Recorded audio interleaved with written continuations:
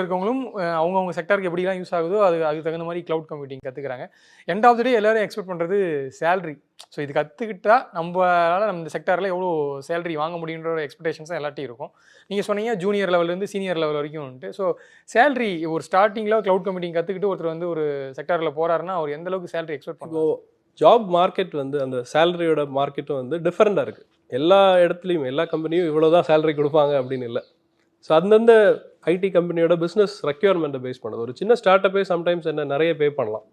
ஆனால் நான் ஆவரேஜாக சொல்லணும், இப்போ ஒரு காலேஜ் முடிச்சு ஒரு ஃப்ரெஷர் ஐடிக்குள்ளே போகிறாங்க, like cloud engineer, junior cloud engineer, இல்லை ஜூனியர் டெவாப்ஸ் இன்ஜினியர், இல்லை ஜூனியர் ஏஐ ரிலேட்டட் இன்ஜினியர், அப்படி அந்த பொசிஷன்ஸில் ஒர்க் பண்ணும்போது அவங்களுக்கு 25,000 30,000 அந்த மாதிரி இருக்கும் சம்டைம்ஸ் ஒரு சில கம்பெனிஸ்.